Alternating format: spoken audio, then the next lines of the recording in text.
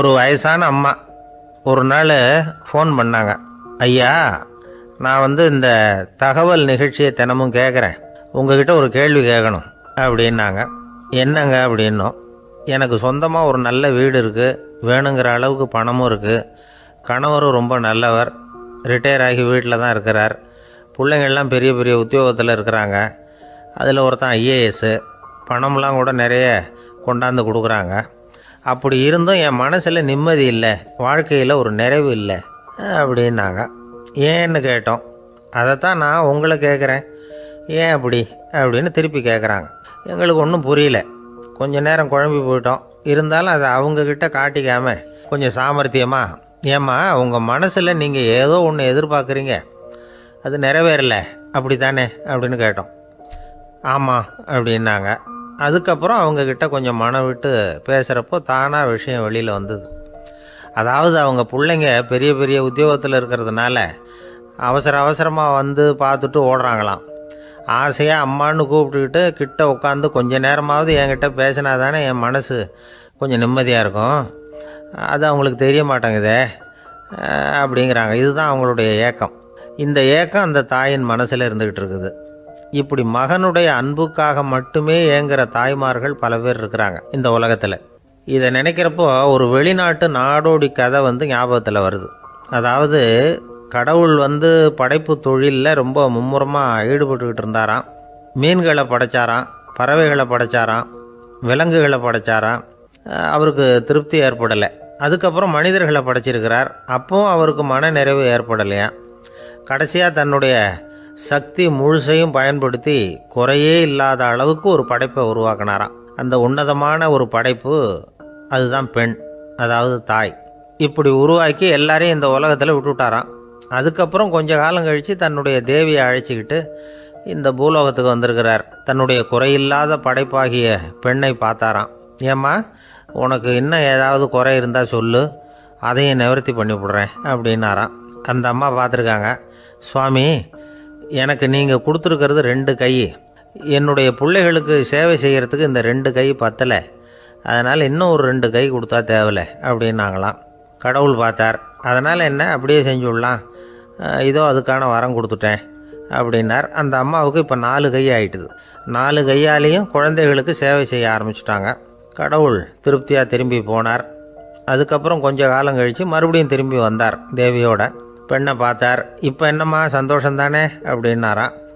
அதுக்கு அந்த அம்மா, சந்தோஷந்தான், இருந்தாலும் இப்போ எனக்கு இருக்கிற 2 காலும் போதில்லை, இன்னும் ஒரு 2 கால் இருந்தால் தேவையில்லை, நிறைய ஓடி ஆடி பிள்ளைகளுக்காக வேலை செய்ய வேண்டியிருக்குது அப்படின்னாங்களாம். சரின்னு சொல்லி 4 கால் இருக்கிறது மாதிரி செஞ்சுட்டு போயிட்டார் கடவுள். மறுபடியும் கொஞ்ச நாள் கழித்து தேவி சொன்னாங்க கடவுள்கிட்ட, நீங்கள் என்ன தான் முயற்சி பண்ணினாலும் முழுமையான ஒரு படைப்பை உங்களால் உருவாக்க முடியாது, அப்படி தான் நான் நினைக்கிறேன் அப்படின்னாங்களாம். அப்படியா சொல்கிறேன், வா அந்த பொண்ணை பார்த்துட்டு வருவோம் அப்படின்னு புறப்பட்டு இங்கே வந்தாங்களாம். இங்கே பார்த்தா 4 கால் 4 கையோடு அந்த பொண்ணு ஒரு செவுத்தில் சாஞ்சி உட்காந்து அழுதுகிட்டு இருக்குது. இப்போ தேவி அந்த பொண்ணை சுட்டி காட்டி கடவுள்கிட்ட கேட்டாங்களாம், ஏங்க நீங்கள் அந்த பொண்ணுக்கு கையை கொடுத்தீங்க, காலை கொடுத்தீங்க, சரி, அந்த கண்ணீரையும் எதுக்காக கொடுத்தீங்க அப்படின்னு கேட்டாங்களாம். அதுக்கு கடவுள் சொன்னாராம், கையை கொடுத்தது நான் தான், காலை கொடுத்தது நான் தான், ஆனால் அந்த கண்ணீரை கொடுத்தது நான் இல்லை, அதை கொடுத்தது அந்த அம்மாவோட பிள்ளைங்க அப்படின்னாராம். இன்றைக்கும் அப்படி தான் பல பிள்ளைங்க அவங்க அம்மாவுக்கு கண்ணீரை தான் கொடுத்துக்கிட்டு இருக்கிறாங்க. அம்மாவை மதிக்கிற பிள்ளைங்க தான் இன்றைக்கி நல்லபடியாக இருக்கிறாங்கங்கிறது அவங்களுக்கு தெரியறதில்ல. இந்த காலத்து பிள்ளையாண்டான் ஒருத்தன் அவங்க அம்மாக்கிட்டேயும் நல்ல பிள்ளையாக நடந்துக்குவான், மனைவிக்கிட்டேயும் நல்ல கணவனாக நடந்துக்குவான், ரொம்ப சாமர்த்தியம். ஒரு நாள் அவங்ககிட்ட கேட்டாங்க, ஏன்பா உங்கள் அம்மாவும் உன் மனைவியும் சண்டை போட்டுக்கிட்டா நீ எந்த பக்கம் அப்படின்னாங்களாம். வீட்டுக்கு வெளிப்பக்கம் அப்படின்னானோ அவன்.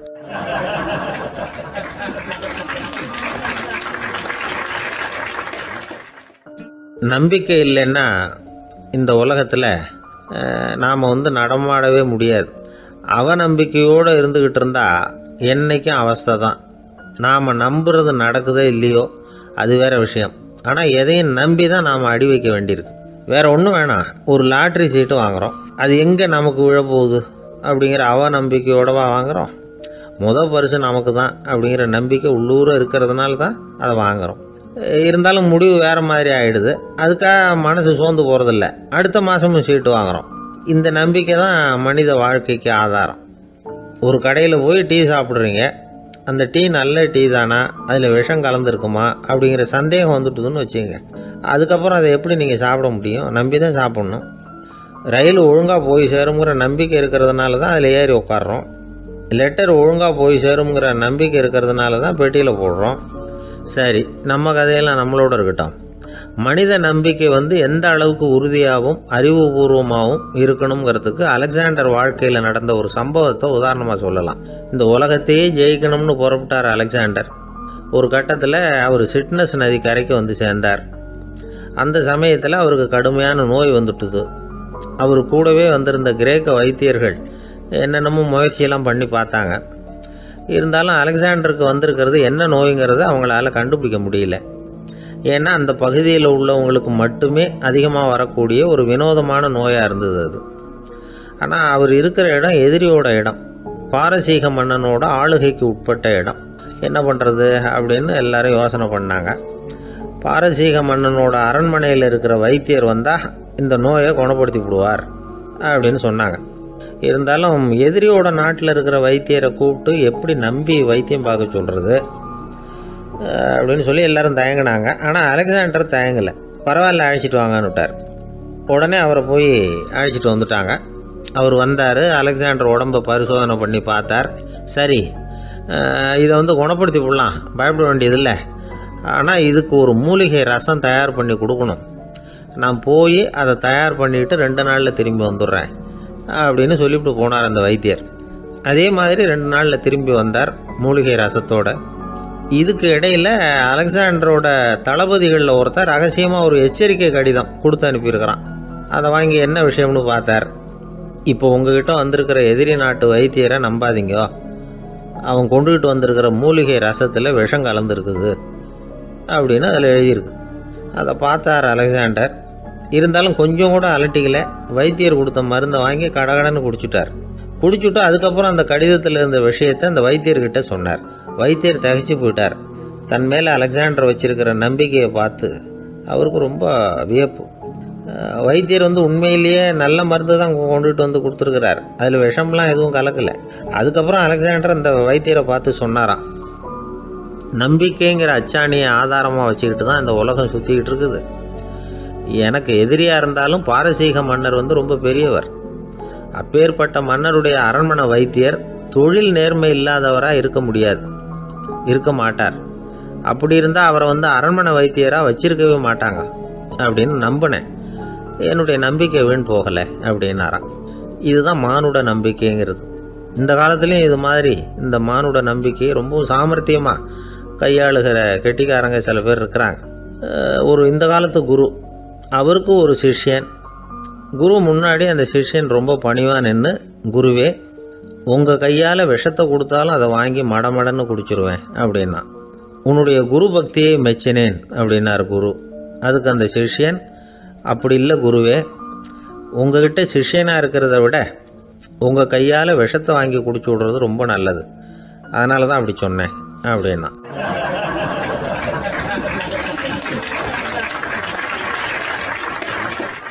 பொங்கல் திருநாள்னால் இது ஏதோ அறுவடை திருநாள் அப்படின்னு சொல்லுவோம். அதாவது வருஷம் பூரா நாம் பாடுபட்டு அதனுடைய பலனை அனுபவிக்கிற நாள் அப்படிங்கிறது நாம் சொல்லிகிட்டு இருக்கிறது. இது முக்கியமாக இது ஒரு நன்றி அறிவிப்பு நாள் அப்படின்னு சொல்லுவாங்க. இன்றைக்கி நிறைய நன்றி அறிவிப்பு கூட்டம்லாம் நடந்துக்கிட்டு இருக்குல்ல, அது மாதிரி விவசாயிகள் நடத்துகிற ஒரு நன்றி அறிவிப்பு விழா இது. யாருக்கு நன்றி சொல்கிறாங்கன்னா ஆதவனுக்கு. அதாவது சூரியன் இல்லைன்னா விவசாயம் இல்லை. அதனால் ஆதவனுக்கு நன்றி செலுத்துகிற நாளாக இந்த பொங்கல் திருநாளை நாம் கொண்டாடுறோம். அதாவது இந்த பொங்கலில் விவசாயிகள்கிட்டேருந்து நிறைய பண்புகளை நாம் தெரிஞ்சுக்க வேண்டிய நாள் இது. விவசாயிகள் அவங்க விவசாயம் முன்னேறி இருக்கிற அளவுக்கு விவசாயிகளுடைய வாழ்க்கை தரம் முன்னேறலை. அந்த அளவுக்கு அவர்கள் நாட்டுக்காக உழைச்சிக்கிட்டு இருக்கிறாங்க. அந்த காலத்திலே அதை பற்றி ஒரு கதை சொல்கிறது உண்டு. ஒரு வயசான ஆள் நிலத்தில் ஏறு உழுதுகிட்டு இருந்தாராம். கிழிஞ்சு போன ஒரு சின்ன துண்டை தான் இடுப்பில் கட்டியிருந்தாராம். தலையில் ஒரு கந்தலை சுற்றி இருந்தார். உடம்பு பூரா சேரு, ரொம்ப ஏழை. ஏறு ஓட்டிகிட்டு இருக்கிறவர் வேறு எப்படி இருப்பார்? இருந்தாலும் அந்த ஆள் ரொம்ப ஜாலியாக பாட்டு பாடிக்கிட்டே ஏறு உழுதுகிட்டு இருந்தாராம். உடம்புல தான் அவர் ஏழையை தவிர மனசில் ஒரு ஏழையாக தெரியல. அந்த சமயத்தில் அந்த நாட்டு ராஜா அந்த பக்கமாக குதிரை மேலே வந்தாராம். வேட்டைக்கு போயிட்டு பரிவாரங்களோடு திரும்பி வந்துக்கிட்டு இருக்கிறார். ரொம்ப செல்வ செழிப்பில் இருக்கிற ராஜா அவர் இந்த வயசான விவசாயியை பார்த்துருக்கார். இந்த ஆள் ரொம்பவும் ஏழைங்கிறது அவர் பார்த்தாவே பளிச்சுன்னு தெரியுது. கட்டிக்கிறதுக்கு நல்ல துணி இல்லை, உடம்போ இழைச்சி போயிருக்குது, வயிறு முதுகில் போய் ஒட்டிக்கிட்டு இருக்கு, கண்ணு குழி விழுந்து போயிருக்குது. ஆனாலும் முகத்தை பார்த்தா சந்தோஷமாக இருக்கிற மாதிரி இருக்குது. இவ்வளோ உற்சாகமாக பாடிக்கிட்டு இருக்கிறாரே அப்படின்னு ஆச்சரியமாக நினச்சி பார்த்தார் அந்த ராஜா. சரி, அவர்கிட்ட கொஞ்சம் பேச்சு கொடுத்து பார்க்கலாம் அப்படின்னு முடிவு பண்ணார். ஐயா பெரியவரே, இப்படி கொஞ்சம் வர முடியுமான்னாராம். பொழுது போகிறதுக்குள்ளே நான் இந்த வயல் பூரா உழவு ஓட்டி ஆகணும், அதனால் பேசுகிறதுக்கு நேரம் இல்லை அப்படின்னாராம் அந்த பெரியவர். என்ன அவ்வளவு அவசரமாக? மீதி இருந்தால் நாளைக்கு உழுதக்கூடாதா? அது சரி, உனக்கு எத்தனை ஏக்கர் நிலம் இருக்குது அப்படின்னு விசாரிச்சிருக்கார் ராஜா. எனக்குன்னு சொந்தமாக உள்ளங்கை அளவு கூட நிலம் கிடையாது. இது எங்கள் முதலாளியோட நிலம். இதை பூராவும் உழுது முடித்தா தான் அவர் கூலி கொடுப்பார். நான் கூலிக்கு உழுதுகிட்டு இருக்கிறேன். உங்ககிட்ட பேசிக்கிட்டு இருந்தால் அவருக்கு துரோகம் பண்ணது மாதிரி ஆகிடும் அப்படின்னாராம். ராஜா குதிரையை விட்டு கீழே இறங்கினார். வரப்பில் நடந்து அந்த பெரியவர்கிட்டே போனாராம். சரி, ஒரு நாள் பூரா உழுதா உனக்கு எவ்வளவு கூலின்னு கேட்டிருக்கார். 8 அணா கூலி கிடைக்கும்னாராம் அவர். இது ரொம்ப காலத்துக்கு முன்னாடி நடந்த ஒரு சம்பவங்கிறதுனால அப்போ 8 அணா கூலிங்கிறது ரொம்ப பெருசு. இருந்தாலும் அதுவும் அந்த ராஜாவுக்கு பெரிய கூலியாக தெரியல. இவ்வளவு தானா, இதை வச்சுக்கிட்டு நீ எப்படி காலம் தள்ளுற அப்படின்னாராம். ஒன்றும் கவலை இல்லை அப்படின்னாராம் அவர். ராஜாவுக்கு ரொம்ப ஆச்சரியமாக போச்சு. 8 அணா கூலி வாங்குகிற இந்த ஆள் கவலை இல்லாமல் இருக்கிறார், ஏராளமான வசதியோடு இருக்கிறன்னா கவலை இல்லாமல் வாழ முடியலையே அப்படின்னு நினச்சி பார்த்துருக்கார். அது சரி, 8 அணாவில் எப்படி குடும்பம் நடத்துகிற அப்படின்னு கேட்டாராம். எனக்கு கிடைக்கிற 8 அணாவில் 2 அணா குடும்பத்துக்கு செலவழிக்கிறேன், 2 அணா பழைய கடனுக்கு கொடுக்குறேன், 2 அணா தர்மம் செய்கிறேன், 2 அணா வட்டிக்கு கொடுக்குறேன், ஒரு குறையும் இல்லைன்னாராம். ராஜாவுக்கு ஒன்றும் புரியல. எனக்கு ஒன்றும் புரியலேன்னு இருக்கார். ஐயா, எனக்கும் என் மனைவிக்கும் 2 அணா செலவாகுது. வயசான அம்மா அப்பா இருக்கிறாங்க, சின்ன வயசில் என்னை காப்பாற்றினவங்க அவங்க. அந்த கடனுக்கு 2 அணா செலவாகுது, அது பழைய கடன். என் தங்கச்சி ஒருத்தி ஆதரவு இல்லாத நிலைமையில் தன்னுடைய மகனோட என் வீட்டில் இருக்கிறா. அவளுக்கும் அவள் மகனுக்கும் 2 அணா செலவு பண்ணுறேன், அது தர்மம். எனக்கு 2 பிள்ளைங்க இருக்கிறாங்க, அவங்களுக்கு 2 அணா செலவு பண்ணுறேன், அது வட்டிக்கு கொடுக்கறது மாதிரி. பிற்காலத்தில் அவங்க எங்களை காப்பாற்றுவாங்க. அந்த வகையில் நான் திருப்தியோடு வாழ்ந்துக்கிட்டு இருக்கிறேன் அப்படின்னாராம். ராஜாவுக்கு அர்த்தம் புரிய ஆரம்பிச்சுதான். அந்த பெரிய நிலத்தை விலை கொடுத்து வாங்கி அந்த பெரியவருக்கே தானமாக கொடுத்துட்டாராம். இப்போ உழுதவருக்கே நிலம் சொந்தமாகிட்டுது. அன்னையிலேருந்து அரசனுக்கும் ஆறுதல் கிடைச்சிதான். இப்படி ஒரு கதை சொல்லுவாங்க. 8 அணா வருமானத்தை வச்சுக்கிட்டு எப்படி காலத்தை தள்ளுறதுன்னு சொல்கிறதுக்காக இந்த கதையை சொல்கிறதாக யாரும் தப்பாக நினச்சிக்கக்கூடாது. கிடைக்கிறத எப்படி பங்கு போடுறார், எப்படி திருப்தியாக வாழறார் அப்படிங்கிறது தான் முக்கியம். அது மாதிரி இன்றைக்கு இந்த பொங்கல் திருநாளில் உழவர்கள் மனசு மகிழ்ச்சியாக இருந்ததுன்னா அது எல்லாரும் மகிழ்ச்சியாக இருக்கிறது மாதிரி அர்த்தம். அதனால் அவர்கள்ட்டேருந்து நாம் பாடம் கற்றுக்கணும். சில உழவர்கள் தங்கள் நிலத்தில் விளையிறத தாங்கள் சாப்பிட மாட்டாங்க, அடுத்தவங்கள்ட்ட விற்றுட்டு சந்தையில் போய் வேறு அரிசி வாங்கிட்டு வந்து தான் இவங்க சாப்பிடுவாங்க. அப்படிப்பட்ட விவசாயிகள்லாம் இது உண்டு. பங்கிடுகிற பண்பை உழவர்கள்ட்டேருந்து கற்றுக்கொள்ளுங்கள் அப்படிம்பாங்க. ஒரு ஆள் நிம்மதியாக மகிழ்ச்சியாக இருந்தானா, உங்கள் நிம்மதிக்கும் மகிழ்ச்சிக்கும் என்ன காரணம்னு கேட்டிருக்கார் இன்னொருத்தர். என்கிட்ட இருந்தது பூராவையும் என் பிள்ளைங்களுக்கு சமமாக பங்கு போட்டு கொடுத்துட்டேன், எனக்குன்னு எதுவுமே வச்சுக்கல, அதுதான் நிம்மதிக்கு காரணம்ன்றிருக்கான். உங்ககிட்ட இருந்தது எவ்வளவு இருந்தது அப்படின்னு கேட்டிருக்காரு அவர். மொத்தமாக ஒரு 50,000 ரூபா இருக்கும் அப்படின்னு இருக்கான். அவ்வளவும் பணமாகவே இருந்ததா அப்படின்னு கேட்டிருக்காங்க இவங்க. இல்லைங்க, அவ்வளவும் கடன், அதை தான் பிரித்து கொடுத்துருக்கேன் பிள்ளைங்கக்கிட்ட அப்படின்னு நானும். அவன்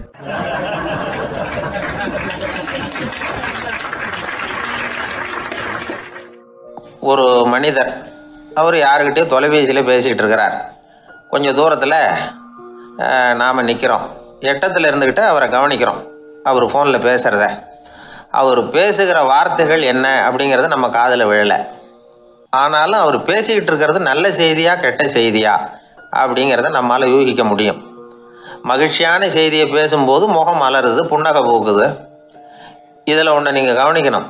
தொலைபேசியில் நாம் பேசுகிறப்போ நம்மோட பேசுகிறவர் எதிரில் இல்லை, அவர் தொலைபேசி வழியாக நம்ம குரலை மட்டும்தான் கேட்க போகிறார், நம்ம முகத்தை அவர் பார்க்க போகிறதில்ல. அப்படி இருந்தும் அப்போ நம்ம முகம் ஏன் மலரணும் அப்படின்னா இதுதான் உடல் மொழி, பாடி லாங்குவேஜ் அப்படின்னு சொல்கிறாங்க. நம்ம அறியாமலேயே நம்ம உடம்பு செய்திகளை தெரிவிக்குது பாருங்க, அதுதான் உடல் மொழி. ஒரு மனிதர் தொலைபேசியில் பேசிக்கிட்டு இருக்கிறத நீங்கள் தூரத்தில் இருந்து கவனிச்சுக்கிட்டே அவர் நண்பரோட பேசுகிறாரா, மனைவியோட பேசுகிறாரா, குழந்தையோட பேசுகிறாரா, இல்லை மேல் அதிகாரிகிட்ட பேசுகிறாரா, அல்லது அவருக்கு கீழே பணிபுரிகிறவர்கள்கிட்ட பேசுகிறாரா அப்படிங்கிறத கண்டுபிடிக்கலாம். அதுக்கு காரணம் அவருடைய உடல் மொழி. இந்த உடல் மொழி கூட நம்ம வாழ்க்கையின் முன்னேற்றத்துக்கு பயன்படும். இதை பற்றியெல்லாம் கூட சில நிபுணர்கள் ஆராய்ச்சி பண்ணி பார்த்துருக்குறாங்க. அவங்க சில விவரங்களை சொல்கிறாங்க. குறிப்பாக ஒருத்தர் தன்னுடைய நாற்காலியில் கிட்டத்தட்ட படுத்துக்காத குறையாக உட்காந்துருக்கிறாருன்னு வச்சுக்கோங்க. எதிர இருக்கிறவர் பேசுறது அவருக்கு பிடிக்கலன்னு அர்த்தமா. தலையை சொரிஞ்சிக்கிறது, வேறு வேறு திசைகளில் பார்க்குறது, கொட்டாவி விடுறது, கால்களை மாற்றி போட்டு உட்கார்றது, களைப்பா கை விரல்களை அப்படியே பின்னிக்கிறது, அடிக்கடி கடிகாரத்தை பார்க்குறது, இப்படிலாம் ஒருத்தர் பண்ணிக்கிட்டு இருக்கிறாருன்னா நாம் கூடிய சீக்கிரம் அந்த இடத்த விட்டு எழுந்திரிச்சு வந்துடுறது நல்லது. ஏன்னா இதெல்லாம் அவருடைய சலிப்பு, சோர்வு, ஆர்வமின்மை இதுக்கு அடையாளங்கள். நம்முடைய பேச்சு அவரை சலிப்படைய வச்சுட்டுதுன்னு அர்த்தம். அவர் ரொம்பவும் சோர்ந்து போயிட்டாருன்னு பொருள். நம்முடைய பேச்சில் அவருக்கு ஆர்வம் இல்லைன்னு அர்த்தம். அதே நேரத்தில் நாற்காலியின் நுனியில் அமர்ந்து உடலை முன்னுக்கு நகர்த்தி எதிர இருக்கிறவரின் கண்களை பார்த்துக்கிட்டே பேசினாலும் சரி அல்லது பேச்சை கேட்டாலும் சரி, உங்கள் பேரில் மற்றவங்களுக்கு உள்ள பிடிப்பு அதிகரிக்கும். நாம் எப்படிப்பட்டவருங்கிறத நம்ம உடம்பும் நடை உடை பாவனையும் அடுத்தவங்களுக்கு காட்டி கொடுத்துரும். உங்கள் உடம்பு, உங்கள் பார்வை, நடை, உட்கார்ற விதம், இதை வச்சுக்கிட்டே நீங்கள் பொறுப்புள்ளவரா, முரடரா, அலட்சியமானவரா, மரியாதை தெரிஞ்சவரா, அடக்கமானவரா, நம்பிக்கைக்கு உரியவரா, நாணயம் இல்லாதவரா, பயந்தவரா, திறமைசாலியா, அப்பாவியா அப்படிங்கிறதையெல்லாம் கண்டுபிடிச்சிடலாம். அதனால் இந்த உடல் மொழியை புரிஞ்சுக்கிட்டு நம்மளை கொஞ்சம் சரிப்படுத்திக்கிட்டோம்னா வாழ்க்கையில் சுலபமாக பல காரியங்களை சாதிக்க முடியும். ஒரு மனநல மருத்துவமனை, அங்கே ஒருத்தர் ஒரு நாற்காலியில் உட்காந்துக்கிட்டு கார் ஓட்டுறது மாதிரி அப்படி பாவனை பண்ணிகிட்டு இருந்தார். ஸ்டியரிங்கை திருப்புறது மாதிரி, பின்னாடி வர்ற வண்டியை நிற்க சொல்கிறது மாதிரி, அப்புறம் இவர் ஒதுங்கிக்கிட்டு அவருக்கு வழி விடுறது மாதிரி, இப்படிலாம் சேட்டைகள் பண்ணிக்கிட்டு இருந்தார் மனநல மருத்துவமனையில். இதை பார்த்துக்கிட்டு இருந்த ஒருத்தர் பக்கத்தில் இருந்த இன்னொருத்தர்கிட்ட கேட்டார், இவர் ஏன் இப்படி பண்ணுறாரு, இவருக்கு ஏன் அப்படி வந்தது நிலைமை அப்படின்னு சொல்லி அவர் விசாரித்தார். அப்போ அவர் விவரம் சொன்னார். வேறு ஒன்றும் இல்லைங்க, இவருக்கு கார் ஓட்டணும்னு ஆசை ரொம்ப காலமாக, அது நிறைவேறாமல் போயிட்டுது. அதுக்கப்புறம் அவர் மனநோயாளியை மாறிட்டார். இங்கே அழைச்சிட்டு வந்தாங்க. இங்கே அழைச்சிட்டு வந்ததுலேருந்து அப்படி தான் பண்ணிகிட்டு இருக்கிறார். அவர் கார் ஓட்டுறது மாதிரிலாம் பாவனை பண்ணிகிட்டு இருப்பார், திருப்புறது மாதிரி பண்ணுவார், பின்னாடி வர்றவங்களுக்கு இடம் விடுவார், இப்படிலாம் செய்கிறார் அப்படின்னு விவரம் சொன்னாங்க. நீங்கள் சொல்லக்கூடாதா, இப்போ நீங்கள் கார் ஓட்டல வெறும் நாற்காலியில் தான் உட்காந்துருக்குறீங்க அப்படின்னு நீங்கள் சொல்லக்கூடாதா அவருக்கு அப்படின்னு கேட்டாங்க. அது முடியாதுங்க, ஏன்னா அந்த காரை கழுவுறதுக்காக அவர் தினமும் எனக்கு 10 ரூபா கொடுத்துக்கிட்டு இருக்கிறார் அப்படின்னாராம் அங்கே வேலை செஞ்சுக்கிட்டு இருந்த ஒருத்தர். அதனால் வாழ்க்கையில் நாம் இந்த உடல் மொழியை புரிஞ்சுக்கணும். உடல் மொழிங்கிறது இப்போ ஆரம்பத்தில் சொன்னது மாதிரி அந்த தொலைபேசியில் பேசுகிறவங்கள தூரத்திலேருந்து பார்த்தாவே அவர் யாருக்கிட்ட பேசுகிறார், என்ன பேசுகிறாருன்னு தெரியும். நம்ம முகத்தை நல்லா வச்சுக்கணும். உடல் மொழியை நம்ம புரிஞ்சுக்கிட்டு பயன்படுத்த ஆரம்பித்தோம்னா எந்த முயற்சி பண்ணினாலும் அதில் வெற்றி நிச்சயம்.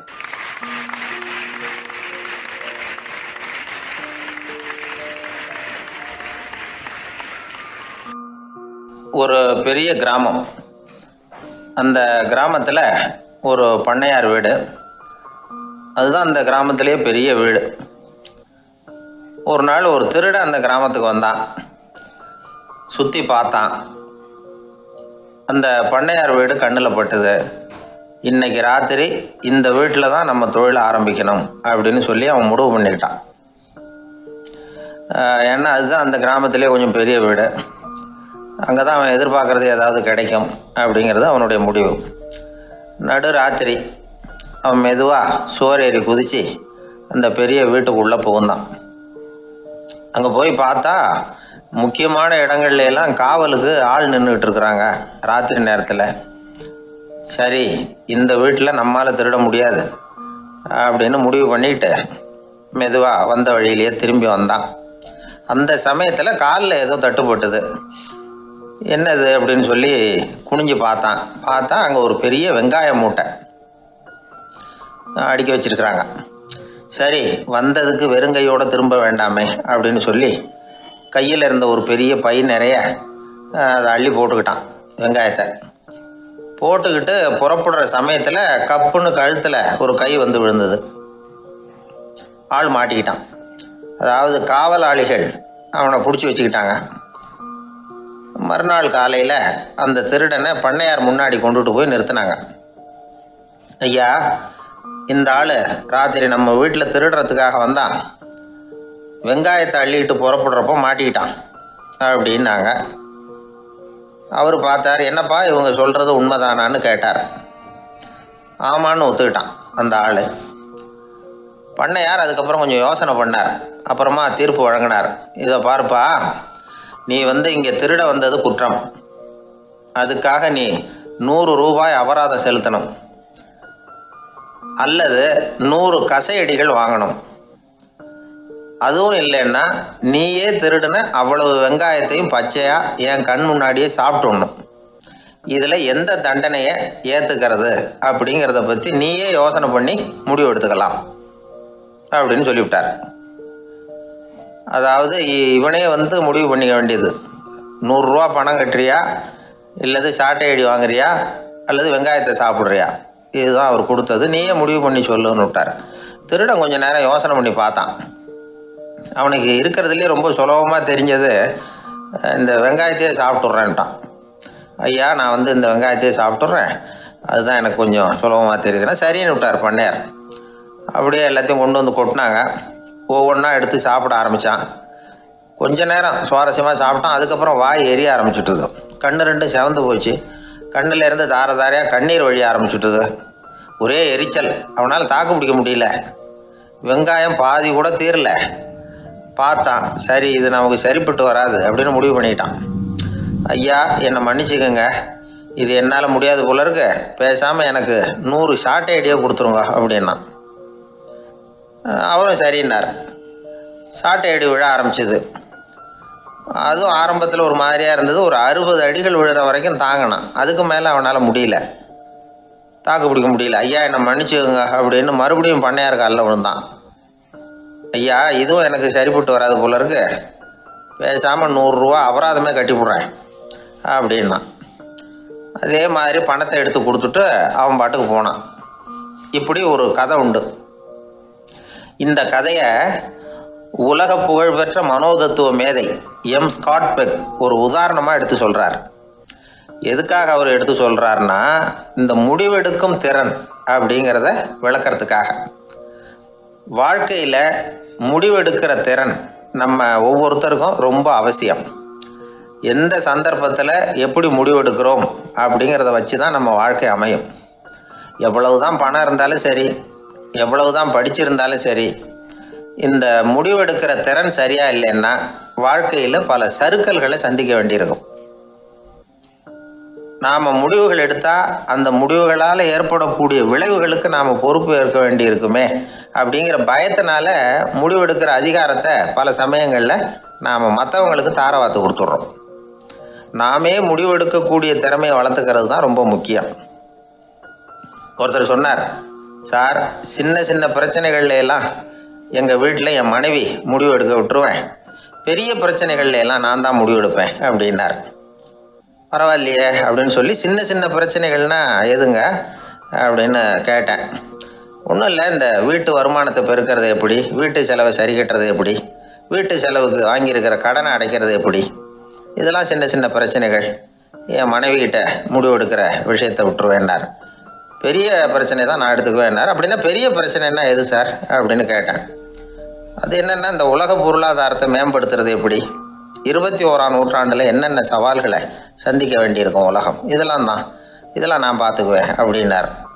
பாருங்கள், இது பிரச்சனைகள்லேருந்து தப்பிக்கிற வழி. அதனால் வாழ்க்கையில் பிரச்சனைகளை சந்திக்கிறதுக்கு தயங்கக்கூடாது. அதே மாதிரி சரியான நேரத்தில் சரியான முடிவு எடுக்கிறதுக்கு நாம் கற்றுக்கணும். அது ரொம்ப முக்கியம்.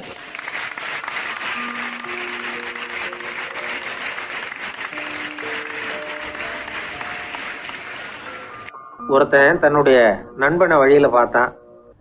என்னப்பா லெட்டர் போட்டுனே கிடச்சிதா அப்படின்னா. ஓ கிடச்சிதேன்னா அவன். இவன் உடனே ஏன்டா போய் சொல்கிற, நான் உனக்கு லெட்டரே போடலை, சும்மா தான் கேட்டேன், உடனே கிடச்சிட்டுதுங்கிறியே அப்படின்னா. லெட்டர் போட்டேன்னு நீ போய் சொல்கிறப்போ அது கிடைச்சதுன்னு நான் போய் சொல்லக்கூடாதா அப்படின்னானா அவன். இப்படிப்பட்டவங்க சில பேர் இருந்தால் கூட இன்னைக்கு கடிதம் மூலமாக தொடர்பு கொள்ளாதவங்க இருக்கவே முடியாது. அந்த அளவுக்கு அது அவசியமான ஒன்றாயிட்டுது. இந்த அஞ்சல் அட்டைகள் எப்படி ஆரம்பமாச்சு தெரியுமா? ஆஸ்திரியா நாட்டில் ஒரு பேராசிரியர் இருந்தார். அவர் பேர் இம்மானுவேல் ஹெர்மன். அவர் ஒரு நாள் ஒரு பத்திரிகையில் கட்டுரை எழுதினாராம். இது நடந்தது 1869. அவர் எழுதின கட்டுரையில் மக்கள் அதிகம் செலவு இல்லாமல் ஒருத்தருக்கு ஒருத்தர் தகவல் பரிமாறிக்கிறது எப்படி அப்படிங்கிறத பற்றி எழுதியிருந்தார். அதுக்கு சில யோசனைகளை அவரே எழுதியிருந்தாராம். எப்படின்னா, அந்த கட்டுரையை எல்லாரும் படித்து பார்த்துருக்குறாங்க. அவர் சொன்ன யோசனைகள் என்னன்னு. அது அரசாங்கத்தின் கவனத்துக்கு அது போச்சான். ஆகா, இது அவர் சொல்கிற யோசனை நல்லா இருக்கும் போல் இருக்கு அப்படின்னு அவங்களே நினச்சிருக்கிறாங்க. அவ்வளவுதான். உடனே அந்த யோசனையை நடைமுறைக்கு கொண்டுட்டு வந்தாங்களாம். பேராசிரியர் இம்மானுவேல் ஹெர்மனின் யோசனைப்படி அச்சடித்த அரசு முத்திரையோட அரசாங்கம் அஞ்சல் அட்டைகளை வெளியிட ஆரம்பிச்சுதான். 1869 அக்டோபர் 7 இது நடந்திருக்கு. உலகின் முதல் அஞ்சல் அட்டை வெளிவந்த நாள் அது. அப்போதான் அதுக்கு பேர் என்ன தெரியுமா? அதாவது கரஸ்பாண்டிங் கார்டு அப்படின்னு பேராது. அதுக்கப்புறம் என்ன ஆச்சுன்னா, உடனடியாக அமெரிக்காவிலேயே இது மாதிரியான கார்டுகளை வெளியிட ஆரம்பிச்சிட்டாங்க. அங்கே இதுக்கு என்ன பேர் தெரியுமா? Postal card. அதுக்கப்புறம் 1870 இங்கிலாந்துலேயும் இதை வெளியிட்டாங்களாம். அதை வெளியிட்ட முதல் நாள் அன்னைக்கு என்ன நடந்தது தெரியுமா? மக்கள்லாம் ஏதோ நியாய விலை கடையில் நிற்கிறது மாதிரி பெரிய பெரிய கியூ வரிசையில் நின்று இதை வாங்கினாங்களாம். நம்ம நாட்டில் முதல் அஞ்சலகம் 1927 கல்கத்தாவில் ஆரம்பமாயிருக்கு. இன்னைக்கும் அஞ்சலகம் இல்லாத இடமே இல்லை. அந்த அளவுக்கு அஞ்சல் போக்குவரத்து அதிகமாக இருக்குது. அன்னைக்கு உள்நாட்டில் ஒருத்தருக்கு ஒருத்தர் தகவல் பரிமாற்றம் செய்து கொள்ள மலிவான ஒரு அஞ்சல் அட்டையை அரசாங்கம் வெளியிடலாம் அப்படின்னு பேராசிரியர் எழுதின கட்டுரை இன்னைக்கு எந்த அளவுக்கு ஆகியிருக்கு பார்த்தீங்களா? ஒருத்தன் ஒரு தபால் பெட்டிக்கு பக்கத்தில் தலையை வச்சுக்கிட்டு அவன் பாட்டுக்கு நின்றுட்டு இருந்திருக்கான். அங்கே இருந்து இன்னொருத்தன் கேட்டிருக்கான், என்ன ஆச்சுன்னு. கொஞ்ச நேரத்துக்கு முன்னாடி இந்த தபால் பெட்டியில் ஒரு கார்டு எழுதி போட்டேன், விவரமெல்லாம் நல்லா தான் எழுதியிருக்கிறேன், ஆனால் அட்ரஸ் எழுத மறந்துட்டேன் அப்படின்னு நானா. உடனே அவன், அதுக்காக கவலைப்படாத, நான் போட்ட கார்டில் அட்ரஸ் எல்லாம் பின்கோடு உள்பட கரெக்டாக எழுதியிருக்கேன், ஆனால் விவரம் எழுத மறந்துட்டேன் நானா. கவலைப்படாத, கொஞ்ச நேரத்தில் தபால்காரர் வருவார், பெட்டியை திறந்ததும் நம்ம லெட்டரை கேட்டு வாங்கிக்கலாம்னா ஒருத்தன். கொஞ்ச நேரத்துக்கு முன்னாடி அவர் வந்தார், கேட்டேன், அதுக்கப்புறம் தான் மனசுக்கு ரொம்ப கஷ்டமாக போச்சு நானா. இவன் ஏண்டான்னு கேட்டிருக்கான். அவன், இது தபால் புட்டு இல்லையா?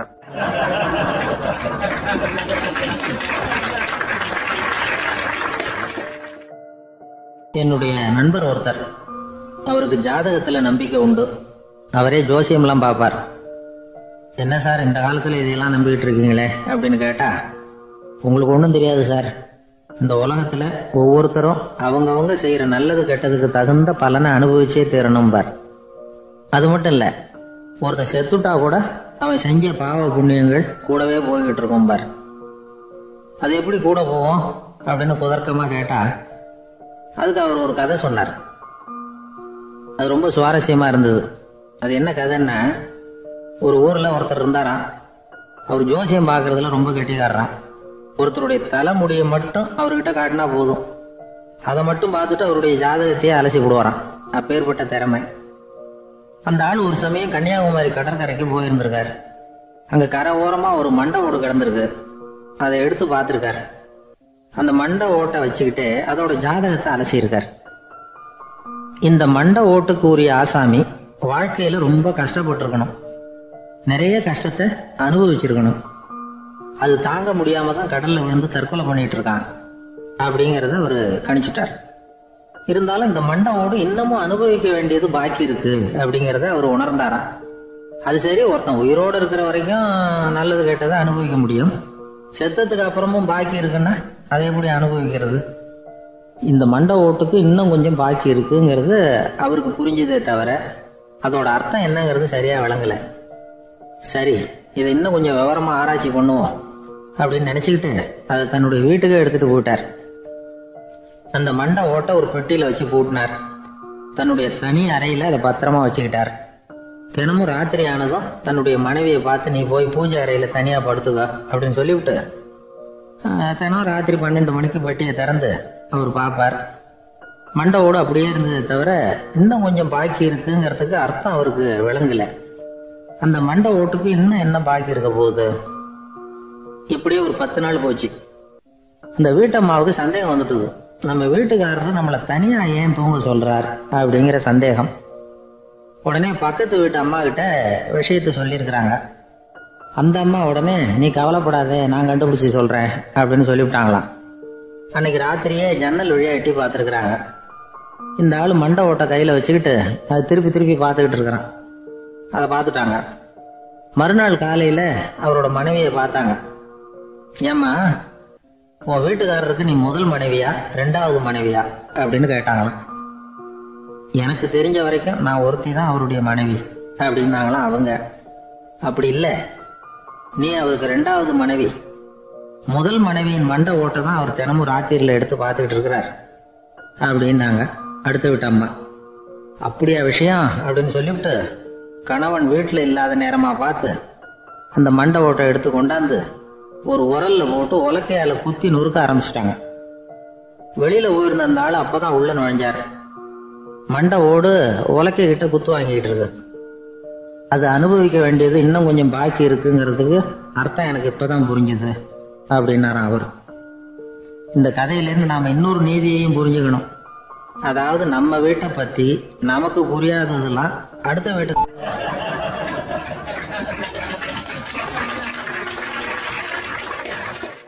ஒரு இலக்கிய கூட்டம் ஏற்பாடு பண்ணியிருக்கிறோம், நீங்கள் அவசியம் வந்து அதில் பேசணும் அப்படின்னு கேட்டுக்கிட்டார் ஒருத்தர்.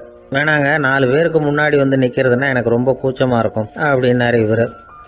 ஏன் சார் இன்னமும் குழந்த மாதிரி கூச்சப்படுறீங்களே அப்படின்னார் அவர் ஒரு மாதிரியாக சமாளித்து அனுப்பி வச்சுட்டு அதுக்கப்புறம் அதை பற்றி இவர் யோசித்து பார்த்துருக்கார். சில நிபுணர்கள் எழுதியிருக்கிறத படித்தும் பார்த்துருக்கிறார். மனோதத்துவ நிபுணர்கள் என்ன சொல்கிறாங்க தெரியுமா? 10லேருந்து 20% குழந்தைகள் பிறக்கிறப்பவே கூச்ச சுபாவம் கொண்டதாக தான் இருக்குதான். ஒரு தாத்தா தன்னோட பேர பிள்ளைய ஆசையாக கூப்பிடுறார் விளையாட்டு காட்ட, அதை அழுதுகிட்டு ஓடி போகுது.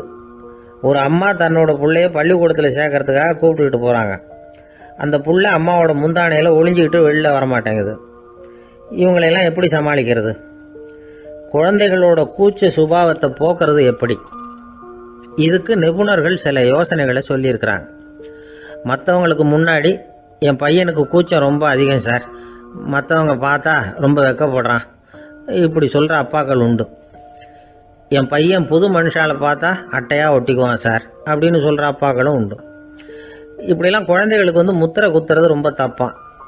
புதுசாக யாராவது வீட்டுக்கு வந்தால் குழந்தை தானாக தன்னோட கூச்சத்தையும் பயத்தையும் போக்கிக்கிட்டு சகஜமாக மாறி வர்றதுக்கு வாய்ப்பு கொடுக்கணுமா.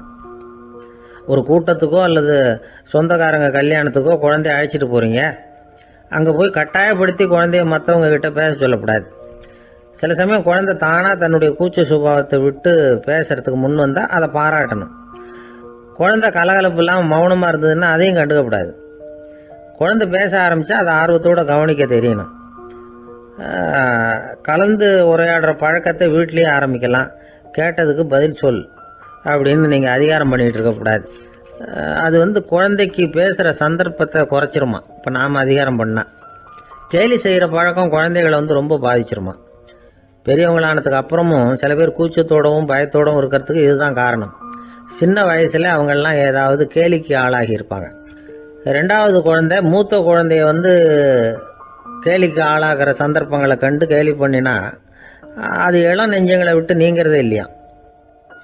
எப்பவும் குழந்தையோட நடை உடை பாவனைகளை பற்றி சொல்லிக்கிட்டே இருக்கக்கூடாதான். அதுவே கூச்ச சுபாவத்தை கொண்டுட்டு வந்துடுமா. அப்பா எங்கேன்னு யாராவது கேட்டால் இது மாதிரி இன்ன காரியத்துக்காக வெளியில் போயிருக்கார், இத்தனை மணிக்கு திரும்பி வருவார் அப்படின்னு சொல்கிற அளவுக்கு குழந்தைகளை வந்து பழக்கப்படுத்தி வைக்கணும். ஃபோன்லேயே யாராவது விசாரித்தா கூட இது மாதிரி பதில் சொல்லு அப்படின்னு சொல்லணும். சின்ன சின்ன மீட்டிங்கில் 4 வார்த்தை பேச தயார் பண்ணலாம். ஒரு கடையிலையோ அல்லது ஹோட்டல்லையோ ஏதாவது விவரம் கேட்கணும்னா உங்கள் குழந்தைய தைரியமாக அனுப்புங்க. குழந்தைகள் பணிவாகவும் பொறுமையாகவும் விவரம் கேட்குறப்போ கூச்ச சுபாவம் தானாக போயிடும். சின்ன வயசுலேயே இப்படிலாம் பழக்கப்படுத்தினா தான் வருங்காலத்தில் தைரியமாக இந்த சமுதாயத்தில் வாழ முடியும். இல்லைன்னா 60 வயசுலேயும் அடுப்பங்கரையை விட்டு வெளில வர்றதுக்கு கூச்சப்பட்டுக்கிட்டு தான் இருக்க வேண்டியிருக்கும். இந்த காலத்து பிள்ளைங்க எவ்வளவோ பரவாயில்ல, எதுக்கும் தயங்குறதில்ல, கூச்சப்படுறதில்ல. ஒரு அம்மா அடுப்பங்கரையிலேருந்து சத்தம் போட்டாங்க, டேய் ராமு, தயவு பண்ணி அந்த டிவியை நிறுத்துறா, அந்த பெண்ணோட குரல் மகா மோசம், அடுப்பங்கரையில் இருக்கிற என்னாலேயே அதை சகிச்சிக்க முடியல அப்படின்னாங்களாம்.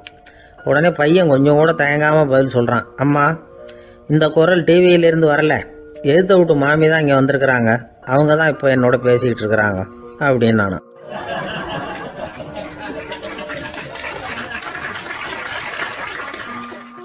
ஒருத்தர் வேகமாக நடந்து போகிறாரு. கடத்தெருவில் ஒரு ஸ்வீட்டு கடையை பார்க்குறாரு. உடனே சடன் பிரேக் போட்டது மாதிரி நிற்கிறார். ஒரு ஸ்வீட் வாங்கி சாப்பிட்லாமேன்னு மனசு சொல்லுது. டாக்டர் வேணாம்னு சொல்லியிருக்கிறார், உடம்புக்கு ஒத்துக்காது, அதனால் அது வேணாம்னு சொல்லுது அறிவு. இவர் மனசு சொல்கிறத கேட்கல, அறிவு சொல்கிறபடி கேட்குறாரு. அதனால் மறுபடியும் வேகமாக அங்கேருந்து நடந்து போயிடுறார். அவர் நல்ல மனுஷன். மனுஷனுக்கு அறிவும் இருக்குது, உணர்ச்சியும் இருக்குது. எதுக்கு எடுத்தாலும் உணர்ச்சி வசப்பட்டுக்கிட்டு இருக்கக்கூடாது, அறிவு வசத்தில் நாம் இருக்கணும். அப்போ தான் நாம் நல்லபடியாக வாழ முடியும். இல்லைன்னா அவஸ்தை தான். மகாபாரதத்தில் சந்தனுன்னு சொல்லி ஒரு அரசன் வர்றான். அவன் ஒரு சமயம் அறிவு வசப்படாமல் உணர்ச்சி வசப்படுறான். அதாவது ஒரு நாள் கங்கை கரையில் ஒரு அழகான பொண்ணை பார்க்குறான். இவனுடைய மனசு அவகிட்ட போயிடுது. அவளை கல்யாணம் பண்ணிக்கிறதுக்கு ஆசைப்படுறான். அந்த பொண்ணு சரின்னு சம்மதிக்கிறா. ஆனால் ஒரு நிபந்தனை போடுறா. அந்த நிபந்தனைக்கு சம்மதம்னு சொன்னாதான் உன்னை கல்யாணம் பண்ணிக்குவேன்னு சொல்றா. சரி, அவள் போட்ட நிபந்தனை என்ன தெரியுமா? இது மாதிரி நான் உங்கள் மனசு புண்படுற மாதிரி எந்த காரியம் பண்ணாலும் நீங்கள் என்ன ஏன்னு கேட்கக்கூடாது, நான் செய்கிற காரியத்தை தடுக்கவும் கூடாது. அப்படி நீங்கள் செஞ்சால் அடுத்த கணமே நான் உங்களை பிரிஞ்சு போயிடுவேன். இதுதான் அந்த பொண்ணு போட்ட நிபந்தனை. சந்தன அரசன் இந்த நிபந்தனையை ஒத்துக்கலாமா? இதை அறிவுபூர்வமாக யோசிச்சிருந்தா இதுக்கு கட்டுப்பட்டுருக்க மாட்டான். இந்த நிபந்தனைக்கு நான் சம்மதிக்க மாட்டேன்னு தான் சொல்லியிருக்கணும். ஆனால் அவன் அந்த நேரத்தில் உணர்ச்சி வசத்தில் இருந்தான். அதனால் நீ என்ன சொன்னாலும் சரின்னு ஒத்துக்கிட்டான். அவளை கல்யாணம் பண்ணிக்கிட்டான். இதனால் என்ன ஆச்சு? 7 பச்சை இளம் குழந்தைகளை பிறந்த உடனே அவன் கங்கையில் தூக்கி எறிஞ்சி கொல்லக்கூடிய கோர காட்சியை இவன் ஒன்று பின்னாடி ஒன்றா பார்க்க வேண்டியதாக போச்சு. கடைசியில் 8வது குழந்தை பிறந்ததுன்னா அவனுடைய அறிவு மேலோங்குது. அந்த கொடிய செயலை தடுத்து நிறுத்துறான். அந்த 8வது குழந்தை தான் பின்னாடி பீஷ்மர் ஆகிறார். ஒரு பக்தி பிரசங்கத்தில் ஒரு பேச்சாளர் இந்த விஷயத்தை சொல்லிவிட்டு இன்னொரு விஷயமும் சொன்னார். அது என்னன்னா, சந்தனு மன்னன் அறிவுக்கும் உணர்ச்சிக்கும் நடுவில் அகப்பட்டு தவிச்சதுனால அவன் வம்சத்தில் வந்த கௌரவர்கள் உணர்ச்சி வசப்பட்டாங்க, பாண்டவர்கள் அறிவு வசப்பட்டாங்க அப்படின்னு சொன்னார். மனுஷனுக்கு உணர்ச்சியை விட அறிவு மேலோங்கி இருக்கணுங்கிறது சரிதான். ஆனால் அந்த அறிவை எப்படி உபயோகப்படுத்துகிறோங்கிறது முக்கியம். ஒருத்தர் சொன்னார், சார், இன்னைக்கு கோயம்புத்தூரில் ஒரு கல்யாணம், அதுக்கு நான் போக முடியலேன்னு நினைக்கும் பொழுது மனசுக்கு ரொம்ப வருத்தமாக இருக்குது சார் அப்படின்னார். ரொம்ப உணர்ச்சி வசப்பட்டார். அதுக்காக கவலைப்படாதீங்க சார், ஒரு வாழ்த்து தந்தி கொடுத்துருங்களே அப்படின்னார் இன்னொருத்தர். அது எப்படி சார் முடியும்னார் அவர். நான் தானே சார் கல்யாணம் மாப்பிள்ளை அப்படிங்கிறார் அந்த ஆள்.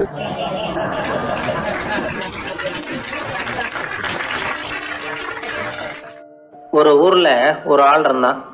அவனுக்கும் அவன் மனைவிக்கும் சண்டை. இவன் கோவிச்சுக்கிட்டு வீட்டை விட்டு வெளியில் வந்துட்டான். நேராக தன்னுடைய நண்பன் ஒருத்தனை தேடிட்டு போனான். அந்த நண்பன் எப்படின்னா, எதுக்கும் அசர மாட்டான், எப்பவும் மகிழ்ச்சியாக இருப்பான். அவங்ககிட்ட போய் இவன் யோசனை கேட்டான். அது சரி, நீ எப்படி எப்பவும் மகிழ்ச்சியாக இருக்கிற, என்னால் அப்படி இருக்க முடியலையே அப்படின்னு கேட்டான். என்ன நடந்தது சொல்லுன்னா அவன், வீட்டில் எனக்கும் என் மனைவிக்கும் தகராறு, நிம்மதி இல்லை, அதுதான் இங்கே வந்தேன், உங்ககிட்ட யோசனை கேட்கலாமேன்னு அப்படின்னு விவரத்தை சொன்னான். அதை கேட்டுவிட்டு அதுக்கப்புறமா இவன் சொன்னான், இந்த பாருப்பா, இது ஒன்றும் பெரிய விஷயம் இல்லை, எனக்கு 2 மனைவிகள், 2 வீடு. ஒரு வீட்டில் சண்டை வந்துட்டுதுன்னா நேராக இன்னொரு வீட்டுக்கு வந்துடுவேன், இங்கே சண்டை வந்துட்டுதுன்னா நேராக அங்கே போயிடுவேன். 2 குடும்பம் இருக்கிறதுனால இப்படி ஒரு வசதி, இதுதான் என்னுடைய மகிழ்ச்சியின் ரகசியம் அப்படின்னு நானா. ஓ அப்படியா விஷயம், இப்போ புரிஞ்சுக்கிட்டேன், உன்னுடைய யோசனைக்கு ரொம்ப நன்றி அப்படின்னு சொல்லிவிட்டு அவன் திரும்பி வந்துட்டான். அங்கே இங்கே தேடினான். ஒரு வாரத்துக்குள்ளே இன்னொரு பொண்ணை தேடி கண்டுபிடிச்சி கல்யாணம் பண்ணிட்டான். இப்போ இவனுக்கும் 2 வீடு ஆகிட்டுது. அதுக்கப்புறம் என்னாச்சு தெரியுமா, இவன் 2வதாக கல்யாணம் பண்ணிக்கிட்டு வந்தானே, இந்த செய்தி முதல் மனைவிக்கு தெரிஞ்சு போச்சு. போனான், அது கழுத்தை பிடிச்சி வெளில தள்ளி விட்டு கதவை சாத்தி விட்டுது. இனிமேல் இந்த பக்கம் வராத, எனக்கு தெரியாமல் எப்படி நீ இன்னொரு கல்யாணம் பண்ண அப்படின்னு சொல்லி அடித்து விரட்டி விட்டுது.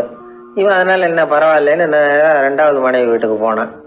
அங்கே பார்த்து, நீ எனக்கு கல்யாணம் பண்ணுறதுக்கு முன்னாடி ஏற்கனவே உனக்கு கல்யாணம் ஆச்சுங்கிற விஷயத்த ஏன் என்கிட்ட சொல்லலை அப்படின்னு சொல்லி அதுவும் கழுத்தை பிடிச்சி வெளில தள்ளி விட்டுது. இவன் வீதிக்கு வந்துட்டான். இங்கேயும் போக முடியல, அங்கேயும் போக முடியல. என்ன இது, அவன் சொல்லி கொடுத்த யோசனை ஒன்றும் சரியாக வரலையே அப்படின்னு யோசனை பண்ணிக்கிட்டே நடந்தான். வழியில் ஒரு பாழடைஞ்ச மண்டபம். சரி, இன்னைக்கு ராத்திரி இங்கேயே படுத்துருவோம், வேறு எங்கேயும் போய் படுத்து தூங்க முடியாது, அதான் 2 பேரும் விரட்டி விட்டாங்களே, என்ன பண்ணுறது அப்படின்னு சொல்லி அந்த மண்டபத்தில் போய் ஒரு தூணில் ஓரமாக சாஞ்சி உக்காந்தான்.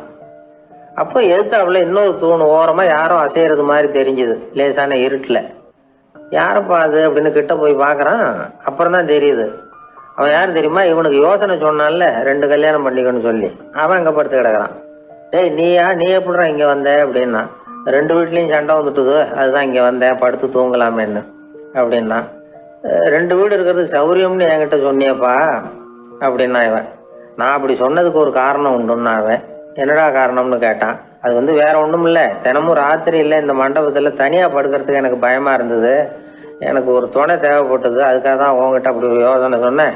இப்போ நீ வந்ததுனால எனக்கு துணை கிடச்சிட்டுது, இப்போ நம்ம 2 பேரும் துணையாக இங்கே படுத்துக்கலாம், நீ அந்த தூணில் சாஞ்சிக்கோ, நான் இந்த தூணில் சாஞ்சிக்கிறேன் அப்படின்னு சொல்லி படுத்து தூங்க ஆரம்பிச்சிட்டானோ.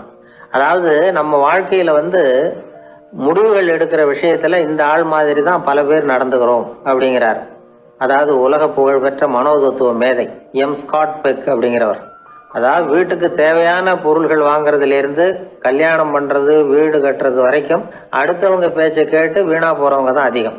அறிவுரை கேட்கறதுல தப்பு இல்லை, ஆனால் அதுக்கப்புறம் அதை பற்றி சரியாக சிந்திச்சு பார்க்கறது இல்லை, அதுதான் தப்பு. சில பேர் அறிவுரை சொல்கிறதுலேயே ரொம்ப தெளிவாக இருப்பாங்க. ஏன் சார் 2 சம்சாரத்தோட குடும்பம் நடத்துறது ரொம்ப கஷ்டமானு கேட்டாராம் ஒருத்தர். அது எனக்கு தெரியாதுங்க அப்படின்னாராம் அவர். ஏன்னு கேட்டிருக்கார். ஏன்னா எனக்கு 3 சம்சாரம் அப்படின்னாராம் அவர்.